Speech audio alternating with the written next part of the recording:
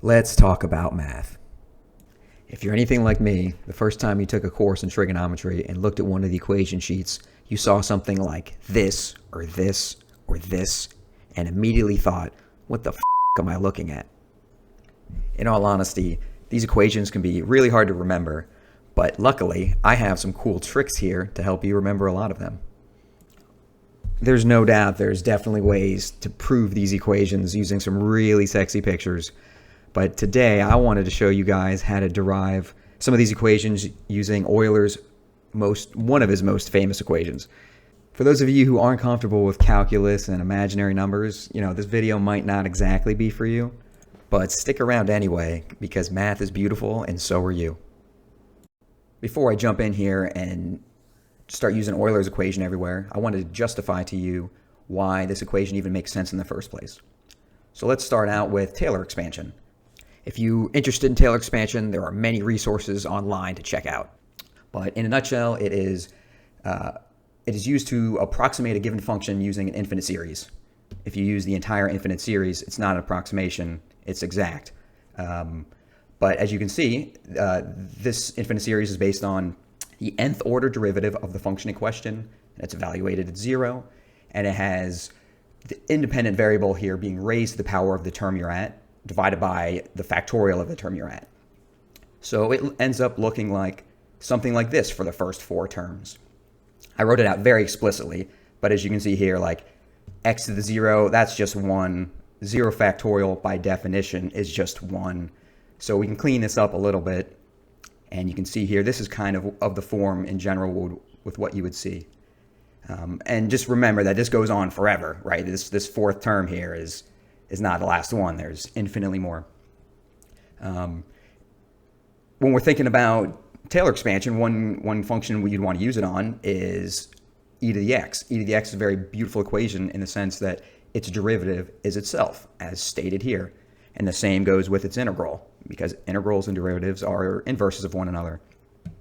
So if we go ahead and do the Taylor expansion on e to the x, we can see that, hey, since every derivative, let's roll back up here, since every derivative of the function is itself, e to the 0 is just 1, so each derivative term here ends up just being 1. So when we look down, it's just 1 plus x squared over 2 plus x cubed over 6. Continuing on here, looking back at the Taylor expansion, we can apply this to another pair of functions, and those functions being cosine and sine. If you remember that the derivative of sine is cosine and the derivative of cosine is negative sine, this expansion becomes pretty trivial. As you can see here, the cosine terms, cosine of 0 is just 1, and for the sine terms, the sine of 0 is actually 0. So these even terms will sort of fall away and just leave the 0th term in the second term. Obviously, this continues on forever, so if you do this out, you'll see that all the even terms stick around with an alternating plus or minus between terms. So if we do the same expansion for sine, we get something similar. As before, the sine terms here go to 0, and the cosine terms stick around because cosine of 0 is 1. So with the sine expansion, we can see that we have the odd terms lingering. We have kind of the first term and the third term, and it goes on forever, just like cosine, and the terms sort of alternate between plus and minus. At this point, some of you guys might be like, hey, there's something going on here. E to the x has sort of even and odd terms. Cosine has all the even terms. And sine has all the odd terms. There must be a way to combine e to the x, cosine of x, and sine of x into one equation. And that is the case. I'm going to let you guys pause the video if you want and try to figure this out. So for those of you who were able to figure this out, congratulations. You're a huge big brain person. If you did figure it out, I'll show you what I would have done. So starting with e to the x, as before, what you can do is make a substitution of I of x in place of x. And that'll end up looking like this. And as you can see here, depending on the order of the power, I is either going to be there, not be there, or be negative or positive. So doing out these powers, you can see that it turns into 1 plus ix minus x squared over 2 minus x cubed over 6.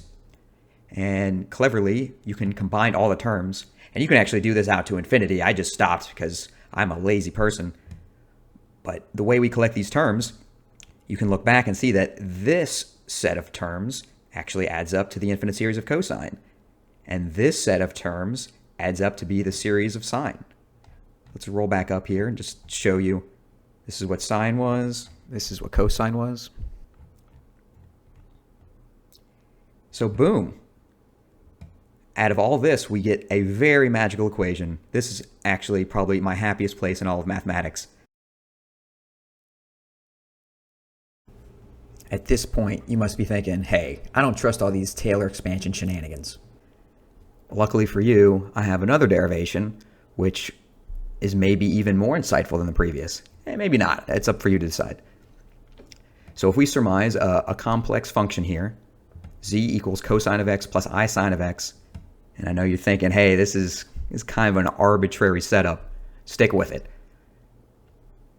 If you start messing around with this equation, very quickly you see that the derivatives and integrals yield something very cool. So if we go ahead and take a derivative with respect to x on both sides, we see that dz dx will equal negative sine of x plus I cosine of x. And you think, hey, wait a second, that's pretty close to what z itself equals. Remember, z is just this. So if we actually factor out an I out of the above equation, we see that dz dx just equals I times cosine of x plus I sine of x. And hey, that's just z. So we just show that dz dx just equals iz. I don't know about you, but when I see this in particular, I want to separate variables and start integrating. So that's exactly what I'm going to do here. So starting with dz dx equals iz, move the z to the other side, move the dx to the other side, and then we can integrate. And if you remember your calculus a little bit, that would mean that we have the natural log of z, absolute value of, equals ix plus c. For simplicity here, I'm just going to say that c equals 0. That's an arbitrary integration constant. And for the purposes of this, c doesn't really matter. So from there, to simplify things a little bit, we can say that this equation is sort of the exponent of e for both sides. And from there, that would sort of negate out the natural log. Therefore, we have z equals I to the x. And hey, if you remember what z equals, boom, we're back to Euler's beautiful equation. So now that we have Euler's formula in hand, we can make a substitution here and start doing some interesting stuff. So if we substitute in a plus b for x, we get the following equation. You know, it's just Euler's formula with those two substituted in. If you remember how your exponentials work, you can split up terms in an exponential like so. So you're multiplying two exponentials together now. And looking back at Euler's formula, e to the ia should just equal cosine of a plus I sine of a. And e to the ib should just equal cosine of b plus I sine of b. So let's go ahead and multiply these out. As you can see, there's a bunch of mixed terms here, some imaginary, some not. And if you collect the imaginary and real terms, you get this right down here. Cosine of a times cosine of b minus sine of a times sine of b plus all times imaginary number, cosine of a sine of b plus sine of a cosine of b. So if we think about this, the first two terms are the real part, and the second two terms are the imaginary part. And if we compare that with what we started with, the real part of this is just cosine of a plus b, and the imaginary part is the sine of a plus b. So that yields what we have down here. Hey, look at these guys. These are the additive angle formulas. Cosine of a plus b equals cosine of a times cosine b minus sine a sine b. And there is a similar set. So if you replace all the pluses and minuses with the opposite, so for instance, if you do cosine of A minus B, it would equal cosine of A cosine of B plus sine of A sine of B. You can go ahead and do the actual calculations if you'd like. But yeah, they fall right out of Euler's formula. Very beautiful result. So let's try another example here using Euler's formula. Instead of plugging in a plus b, let's try 2x. And like the previous example, we're going to do the exact same steps, but get a different set of results. So after plugging in 2x, we'll split up the exponential like before. But splitting up the exponential, that's literally e to the ix squared. And that's what the second term is. It's cosine of x plus I sine of x all squared. And then, you FOIL that out, and then you get these sets of terms, which are very similar to the a plus b case. In fact, if in the a plus b case, you just substitute x for a and b, you'll get this exactly.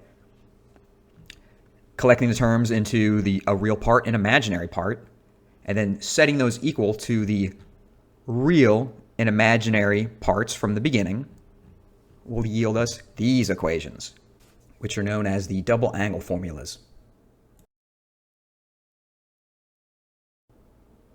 Using the cosine 2x version of the double angle formula, we can solve for a variant version of this double angle formula as so.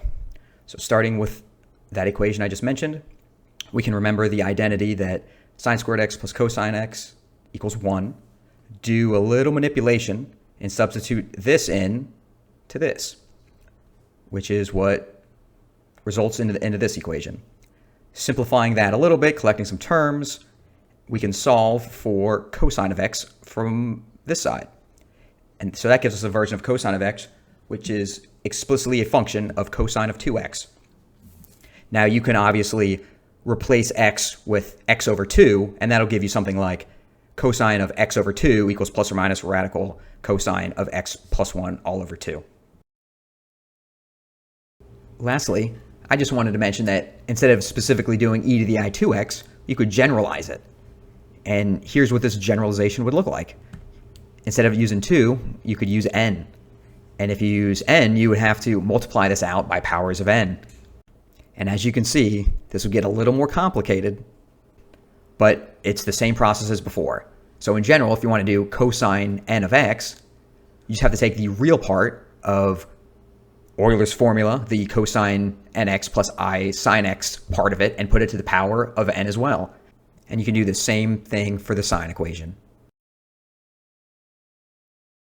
Well, hopefully you learned something today. I know I had a pleasure trying to describe and or teach sort of one of my favorite mathematical journeys that I've seen in my lifetime. Euler's formula is a very beautiful equation, and seeing it be able to derive, a handful of very important trigonometric equations is still mind-blowing to me to this day. Hopefully you learned something and you guys keep on rocking.